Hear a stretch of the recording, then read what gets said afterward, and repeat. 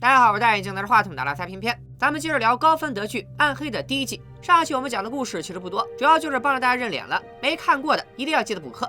话说在核电站旁的一个温登小镇，有一名红发少年神秘失踪，引起了包括4大家族在内的整个小镇的恐慌。白家的奶奶脸上有颗大痣，比较好认。小白的爸爸白来几个月前上吊自杀，小白的妈妈娜娜出轨了隔壁王家的老王，儿子小白则暗恋老王的女儿王小花。由此我们再引出王家人，老王的爸妈我们分别叫他们王老爹和王老妈。自从他们的二儿子王老二于1986年失踪以后，王老爹受不了神神叨叨的王老妈，老两口子的感情破裂很多年了。老王自己是镇上的警察，他老婆卡姐是学校的校长，俩人有仨孩子，女儿王小花和小白很暧昧。大儿子王长毛暗恋刘家的大女儿刘小跳，小儿子王小米也和红发一样失踪了，但他其实是误入核电站旁边的山洞，穿越到了1986年，并且被大志护士收养，成为了如今的白来。所以老王其实是把自己的亲儿子给绿了。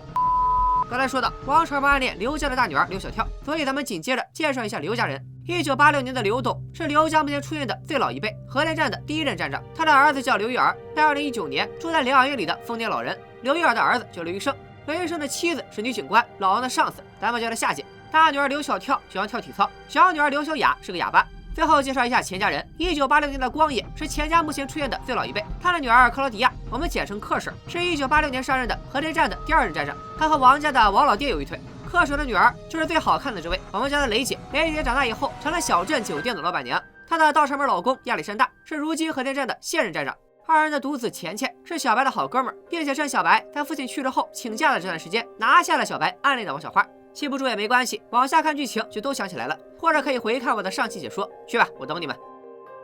回来了吗？我们开始今天的故事。上期我们说过，王小米通过核电站旁的一个山洞，穿越回了33年前的1986年。他从医院溜出来，又跑回了山洞，想着能不能再穿回去。2019年的老王为了找儿子，也来到了山洞。他甚至听见了王小米的求救声，可他因为没有地图，并没有找到穿越通道的入口，所以王小米又是白来一趟，只好回到了医院。老白来了。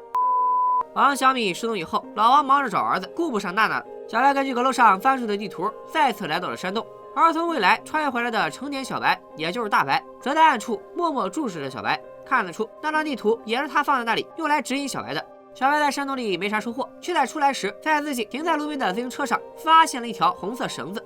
看款式和王老二尸体以及红发脖子上的红绳很像。因为王小米的失踪，各个家庭都开始格外在意自己孩子的安全。女警官夏姐要亲自送小女儿刘小雅上学。出门之前，大女儿刘小跳发现自己的口红不见了，严厉地问妹妹刘小雅是不是她偷了自己的口红。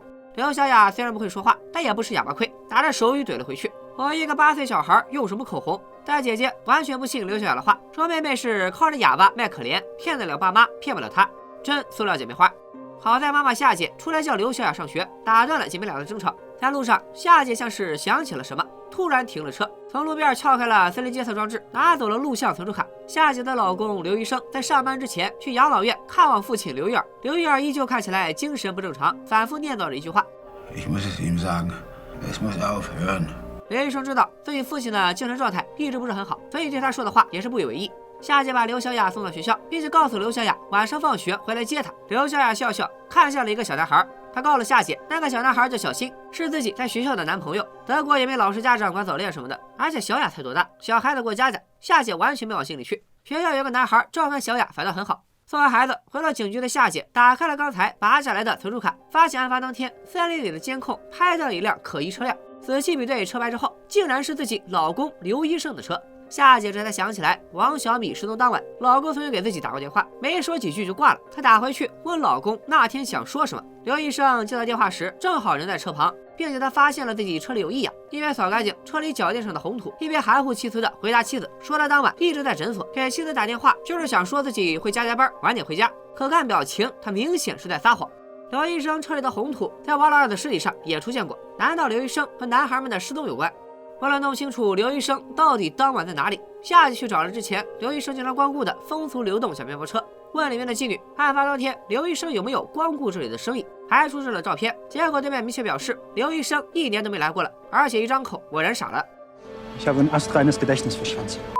好家伙，女装越粉，大佬越狠。原来刘医生是弯的，跟夏姐的婚姻也早就名存实亡，平时他也只能找这种移动快餐车解决需求。这些事夏姐一直也都知道，只不过为了孩子，俩人都没有撕破。但秘密似乎并没有保住，他们的大女儿刘小跳其实早就知道了一切。说起刘小跳，就不得不说暗恋他的王长毛，也就是王家的大儿子。几个人相约去山洞时，只有刘小跳是不请自来，先他们一步找到了红发的大麻。所以王长毛怀疑弟弟王小敏的失踪和刘小跳有关，并且在接下来的日子里开始跟踪刘小跳。后来果然发现刘小跳在树林的铁盒子里藏了钱，并且在学校的更衣室抓了刘小跳一个人赃并获。王长毛质问他是不是也在贩毒，整天被人跟踪，刘小跳也很不爽。他愤怒地告诉王长毛，自己攒钱是为了离开这个城市，离开遍地谎言的家庭。他知道自己的爸爸是弯的，父母感情早就破裂，但还是要配合父母装模作样的演戏。说着说着，愤怒变成了倾诉，而王长毛也因为弟弟失踪压抑了很久。两个年轻人在这一刻都需要发泄。夏姐开车来到了刘家在森林里祖传的小木屋，在地上发现了车胎的痕迹，而车轮印里再次出现了红土，也再次印证了刘医生绝对藏着事儿。木屋旁是一个铁门盖住的地下室，地下室里有什么，曾经又被用来做过什么，估计都和刘家父子脱不了干系。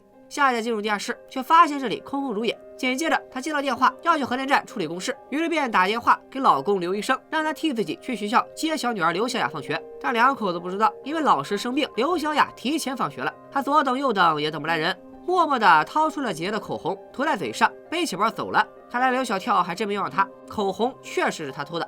刘医生到学校时，别说刘小雅，老师都快走光了，小的不见了，老的也不让人省心。刘医生的父亲养老院里疯癫的刘玉儿再次逃了出来。花开两朵，各表一枝。刘家儿媳妇夏姐此时赶到了核电站，这次她来不是来办什么案子，而是来见老王。上一集我们说过，老王怀疑自己走丢的儿子王小米就在核电站中，他想进入调查，申请调查令却被拒。老王为了找孩子，强行翻越了核电站的围栏，身为警察的他却被保安抓了个正着。离开核电站，老王还在跟夏姐抱怨，说他根本不懂丢了孩子是什么感受。立马夏姐就接到了刘医生的电话，说刘小雅丢了。行，这回懂了。但好在和老王家不同，刘家这次是有惊无险。刘玉儿被警察发现，送回养老院。刘小雅也自己找回了家中。她说她看着没人来接自己，就顶着雨走了回来。虽然绕了路，但好在人没事。姐姐刘小跳看见刘小雅平安回来，先是喜极而泣的拥抱妹妹，转眼低头看见妹妹涂着自己的口红，反手就是一个耳刮子。姐妹俩的关系就是这样，小事上打打闹闹，你死我活，但真的出了大事又彼此在乎。比起口红，更奇怪的是，刘小雅回来之后，从身上掏出了一块怀表，说是一个叫诺亚的人给她的。诺亚还说这是夏姐曾经的东西。夏姐看着表里面刻着的献给夏洛特，若有所思。作为警察，也作为在这里长大的居民，夏姐在这个小镇里见过的怪事太多了。最近镇上的鸟类开始大范围的离奇死亡，鸟的死因是双耳膜破碎、失去平衡后坠落，甚至还有受辐射之后变异的白斑。鸟竟然能坠落摔死，估计很多人一辈子也没见过。但夏姐见过2次，33年前她就曾目睹过一次鸟类集体离奇死亡。那时的她还没想到事情有多严重，甚至把鸟当做自己的静物，画了一张又一张素描。33年过去了，死鸟、怀表，这些到底代表什么呢？刘小雅是回来了，却有另一个孩子失踪了，那就是刘小雅的小男朋友小新。同样是走在树林里，同样是遇到了神秘男子。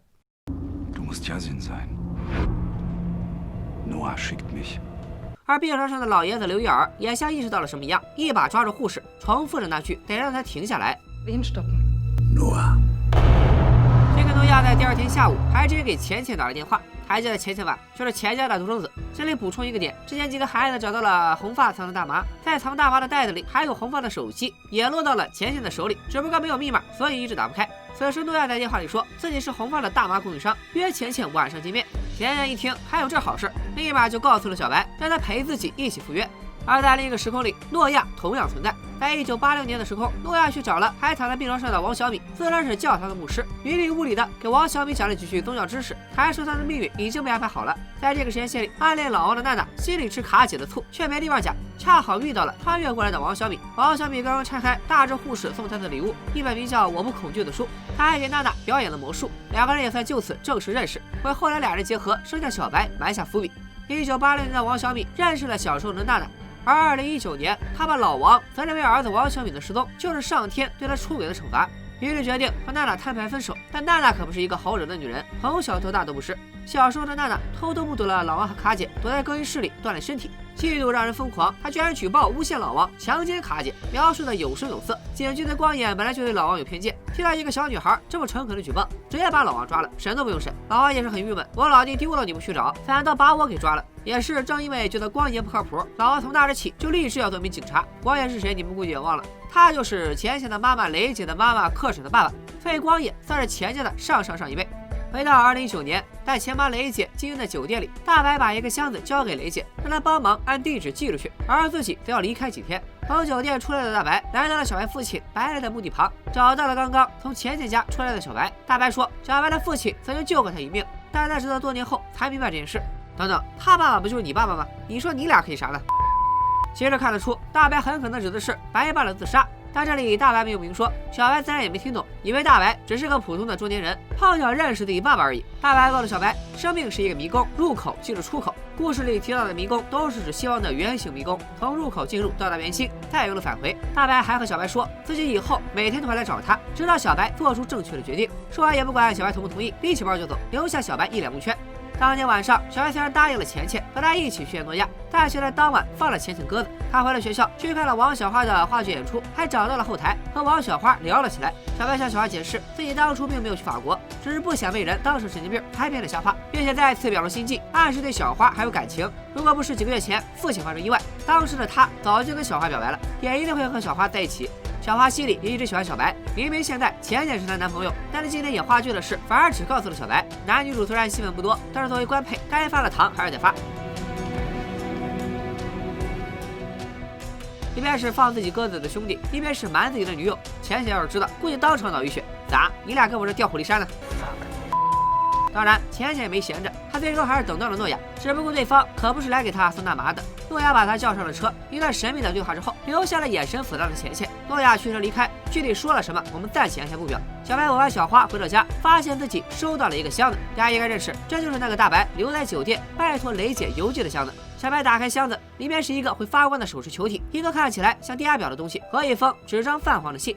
另外两个东西，小白现在看不出来有啥用，但信他还是看得懂的。信封上写着，在11月4日22点13分之后打开。没错，这就是小白爸爸白来的遗书。从纸张的陈旧程度来看，这明显不是被大志奶奶私自藏下的那封，而是来自另一个时空的存档。但信里白来完整讲述了他的所有故事，包括他本来是王小米，2019年和小白一起去山洞时失踪，穿越回了33年前，被大志护士收养，又一点点长大，从王小米改名白来，成为了小白的父亲。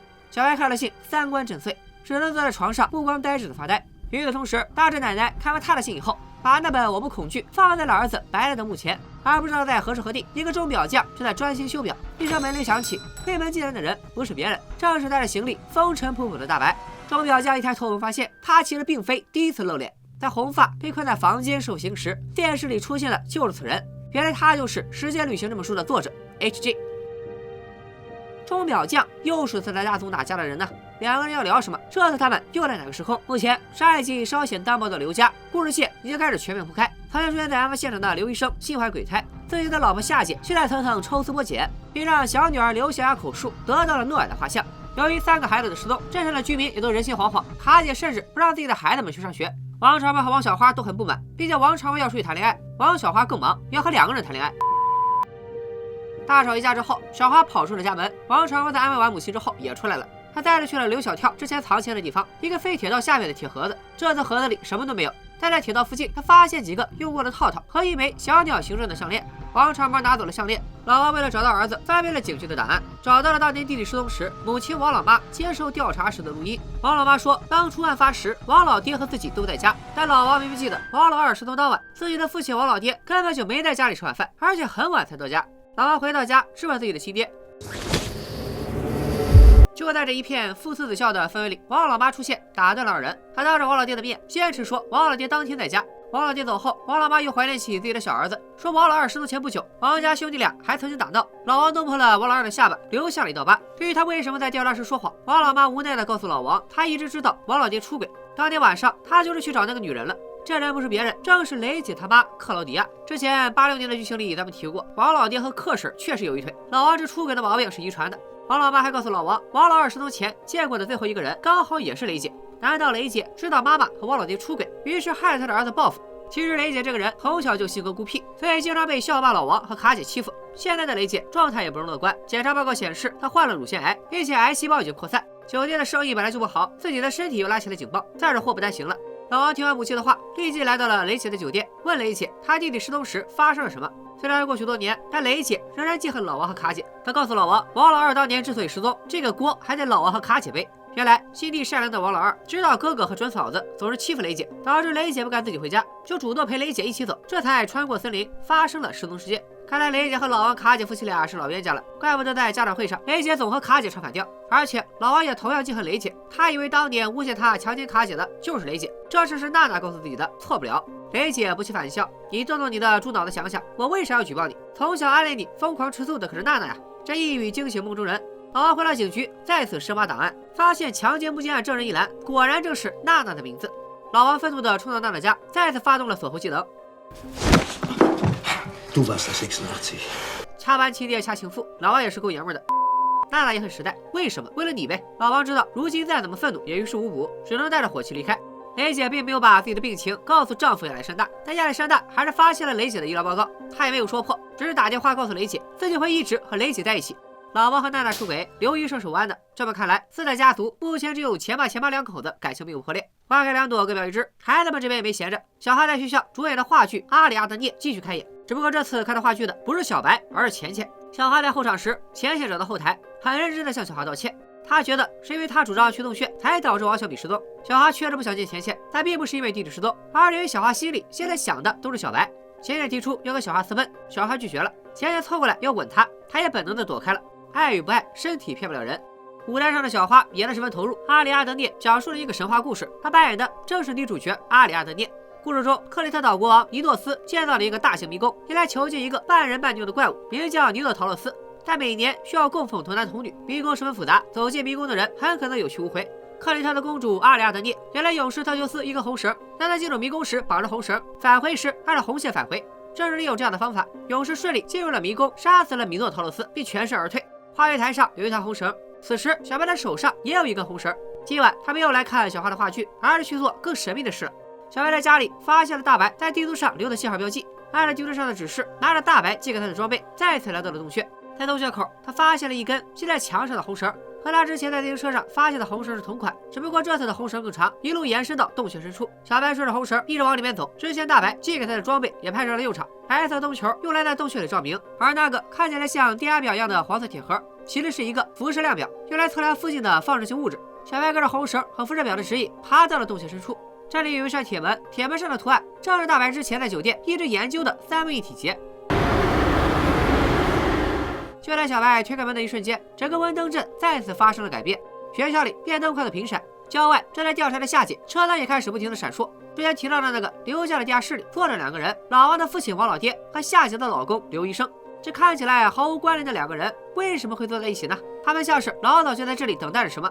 王老爹手里还有一个封面上画着三位一体结的笔记本，上面详细记载着多个时间，而此刻正是本子上记录的21点17分。显然两个人知道此时小白将会打开时空之门，并且手里有多次时空穿越实验的记录。他们就是故意在这里等待着这个实验的到来。学校里，卡姐虽然刚和小花大吵了一架，但作为母亲还是默默的过来看女儿演出。话剧台上，王小花演得痛哭流涕，卡姐冲上去抱住了她。走入校门的路上，母女二人偶遇了来接钱钱的雷姐。雷姐刚刚被老王刺激过，对卡姐和老王的怨气再次涌上心头，张嘴就开始对母女俩阴阳怪气的挑衅。卡姐不是个善茬，她虽然当上了女校长，但毕竟从小就是个不良少女。雷姐嘴上依旧不饶人，她告诉王小花和赶来拉架的王长毛，你们母亲年轻时不是什么好东西，现在你们看到的才是她的真面目。回到家里的王长毛和王小花躺在一起聊天，雷姐的话让他们想到从小到大，他们似乎真的没了解过父母年轻时是什么样子。此时他们的父亲老王在车里翻看着弟弟的照片，突然发现有张照片上弟弟的衣服竟然和森林里发现的那具尸体穿的一模一样。他回到警局找到尸体，发现尸体的下巴正像母亲所说有一道伤疤。老王终于确定了面前的这个孩子就是自己33年前失踪的弟弟王老二。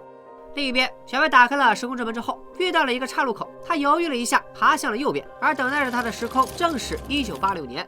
小白走出洞穴，一个人在公交站迷茫，一辆车停在了他的面前，车上的人是33年前还是小孩的娜娜。面对眼前这个年轻的小女孩，小白很难把她和自己的母亲对应上，但事实就是如此，一切都像父亲心里说的那样，真的有另一个时空。小白一时错愕，拒绝了小娜娜叫他上车避雨的邀请，独自找了个避雨的地方过了一晚，然后就去了学校。在学校，他遇到了小时候的雷姐，问雷姐现在是什么时间，雷姐明确的告诉他现在是1986年11月9号。小白又问起父亲白来，还说他是大志的儿子。雷姐表示没听说过白来，但大志在医院当护士，他可没有儿子。2019年的老王发现了森林里的男孩就是弟弟，找到了法医，法医却告诉他，没有任何办法能让尸体保存30多年，而且验证后发现这个孩子才死了10个小时。回到家的老王翻遍了所有当年案件的资料，警局里夏姐则收到了一个好消息，核电站的搜查令批下来了，他们终于可以合法的进入核电站，站长亚历山大也不能拒绝。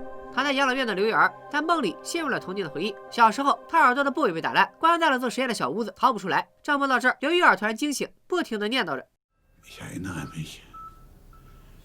1986年，年轻的老王被关进了警局。光爷一边处理老王的强奸案，一边还要调查王老二的失踪。光爷查到王老二失踪当天是刘一儿在核电站值班，就去核电站找刘一儿问话。刘一儿以现在有工作为由，答应过2天再配合调查。在谈话间，他无意中透露，当天晚上他开车走了大路，这引起了光爷的怀疑，因为小镇里大家一般都是走林间小路。光爷把这点记录了下来，就是这一点点记录一直留了下来，让老王查找案件资料时看到了这个信息。时间跨越33年，老王似乎想把这个光爷办了一半的案子继续办下去。夏姐带着搜查令来到了核电站，亚历山大虽然不情愿，但也只能放行。老王打电话给夏姐，告诉她他的公公也就是刘玉儿当年本应该接受警方调查，却并没有记录。口供档案里只有一句话，就是他没走林间小路。夏姐觉得他很荒谬，刘玉儿不可能33年前绑架了王老二，现在又绑架了小米和其他孩子。他现在可是个老年痴呆的75岁老人，自己不走丢就万幸了，怎么可能犯罪？并且最关键的，王小米失踪时，刘玉儿冲进了学校家长会现场，他又不在场证明。挂了电话之后，夏姐注意到核电站附近有一道很不合理的轮胎印，一直通向森林。带着怀疑的本能，她顺着走了进去。轮胎印一路向前，通向了一道铁门，铁门里是之前核电站老站长带着钱家的客婶来过的那个深坑。夏姐果断入了坑，但坑里早已空空如也。当初客婶看到的一堆核废料已经消失不见，剩下的只有一些附着在墙上的黄色油漆和一道被焊死的门。老王还是相信自己的直觉，他不顾夏姐的反对，偷偷找到了刘玉儿，质问他33年前为什么不接受调查，为什么没走小路，到底知不知道我弟弟的事？刘玉儿显然对这些问题反应很大，心率直接飙到了180。医护人员赶紧冲了进去，拉开了老王。核电站和养老院，老王2次违规调查，气坏了夏姐，他直接宣布给老王停职。1986年，光爷从核电站回去的路上遇到了雨中徒步去医院的小白。出于警察的直觉，光爷叫小白上了车，带小白去了医院。在车上，光爷和小白搭话，问了他的名字，还提醒他以后不要自己到处乱走。小白到了医院，亲眼看到了年轻的大志奶奶和王小米，彻底证实了父亲心里的话，面前的王小米就是自己的父亲白来。大白告诉小白，你对这个世界的认知还太少，不管你信不信，王小米真的就是你爸。小白一推算，那这么说，老王就是我爷爷，王小花就是我姑姑，刚泡了手就变姑姑，小白心态直接崩了。这里有一个细节，就是小白在说到老王就是我爷爷之后，大白很自然的接了一句，用的是我而不是你，其实已经是在暗示小白我们是同一个人，只不过这时的小白还沉浸在我泡我姑姑的震撼中，没听出来。小白转身就要把王小米带走，带回2019年。大白一下把他按住，给他上了一堂祖父悖论课。你带走小米，他就没法和娜娜相爱；你爸你妈不相爱，那你就没了呀，宝贝儿。小白想了一下，虽然没有走上前拉回王小米，他原路返回，回到了2019年，关掉了手里的灯，像是彻底放弃了。回到家，小白问母亲娜娜是否相信命运，还告诉娜娜爸爸其实很爱她。说完，小白烧掉了那封父亲的遗书，似乎想忘掉一切。1986年的警察局里，光爷问卡姐老王到底有没有强奸她，卡姐明确否认，说自己是自愿的。光爷又问卡姐脸上的伤是咋回事，卡姐说是自己摔的，还说老王永远不会伤害自己。卡姐脸上的伤自然不可能是自己摔的，到底是谁打的呢？好家伙，这个伏笔一直埋到了第3集才给大家揭秘，我这里也按下不表加1吧。1986年的青年卡姐护肤心切，讽刺的是时空轮转，33年后，卡姐面对的却是老王证据确凿的出轨。他查过老王的电话记录，有个电话多次频繁拨通，打过去正是娜娜，再加上他之前在娜娜身上闻到的气味，卡姐早就确认了老王的出轨对象就是娜娜。老王回到家，告了媳妇一个坏消息，我被警局停职了。卡姐告诉老公一个坏消息，我已经发现你和娜娜出轨了。卡姐没有给老王解释的机会，只说王老妈刚才打电话找他，电话里王老妈一直在说王老二的事，明明孙子王小米也失踪了，但王老妈只字未提，这让卡姐很伤心。她觉得在这个家里已经没有关心她的人了。老王去找了王老妈，王老妈坚持王老二没有死，只是失踪了。他忽然想起来，在王老二失踪的前1周，他曾看见一个牧师在和一个男人吵架。当时他没有多想，只是觉得牧师一般是个情绪很稳定的职业，跟人这样激烈的吵架有些奇怪。不过更奇怪的是，他今天早上又见到了那个和牧师吵架的男人。多年过去了，那个男人的面貌几乎没有变化，而且他的耳朵上有一个明显的伤疤，这不就是刘玉儿吗？但根据王老妈的描述，显然不是躺在养老院里的那个刘玉儿。戴着黑帽子蒙住头的年轻刘玉儿走进了那个盖着铁门的地下室，摘下帽子，露出了真面目。看来他就是拐跑孩子的神秘黑衣人。那他和诺亚又有什么关系呢？前面说过，这个地下室夏姐曾经来过。那次之后，他派部下查了洞穴和地下室的联系。部下告诉他，刘家的森林小屋似乎真的和洞穴有关联，并且在图上做了标记。夏姐开车去了刘家的森林小屋，在小屋前，她打电话给丈夫刘医生，问他是不是知道小屋的事。刘一儿1986年时是不是住过小屋，以及这么久了，为什么这个破旧的森林小屋还在保留？刘医生却是一问三不知。他说自己1987年才来的温登，对小屋之间的事情一点也不了解。他只知道1986年11月12日时，刘一儿曾发生意外。这里补充一下啊，目前出现的两个时空，1986年和2019年，虽然在年份上差了33年，但在日期上却是统一同步的。看来小白穿越回1986年，问雷姐日期，雷姐告诉他是10月9日。现在夏姐所在的时间也是2019年11月9日。所以，如果时空真的存在某种对应，那3天后的11月12日，很可能会有什么事发生。夏姐打完电话，再次进入地下室，这次她看得更仔细了，在地上发现了一张蓝色动物墙纸。这个墙纸眼熟不？就是之前红发被做人体实验时墙上的贴纸。看来刘家附近的这个地下室就是那个杀死红发的实验基地。夏姐找对了地址，可惜没有找对时间。此时老王开车回家的路上，在车里发现了之前王小敏变魔术用的黄色小人，想起了儿子当初说过的话。Papa, die Frage ist nicht wie, die Frage ist wann. 该着到了时间这个关键，老王再次来找刘月儿，发现刘月儿又逃出了养老院，床位上只留下了一个木人玩具和一本《时间旅行》。木人玩具在小新被拐走时出现过，《时间旅行》里也加了一根红绳，红绳吊着一枚硬币。好家伙，关键道具全齐了。老王一路追出去，发现了跑出医院的刘月儿。老王终于明白了，孩子们的失踪关键不在于谁绑架了他们，绑去了哪里，而在于绑去了什么时间。老王给夏姐打电话，留言说了他的想法。他现在觉得就是刘远干的，并且是他在1980年的时候干的。而刚刚那个戴着黑帽的刘远走出了地下室，面前摆着的又是一具小孩的尸体，同样的双眼烧毁，脖子前挂着硬币。从衣着看得出，这个孩子就是失踪的小新。刘远虽然看起来有点难过，但还是将小新的尸体拖进了森林。地下室里，一个男人正在疯狂洗刷地面，他的后背纹着满背的碑文。转过头来，不是别人，正是诺亚。看来刘伊尔和诺亚关系很深，这个地下室就是关孩子的神秘小屋。老王的猜测没错，确实是他们干的。之所以一直抓不到，就是因为他们其实是在另一个时空做的案。诺亚清理完地面，在墙上写下了一个日期：1953年的11月9日。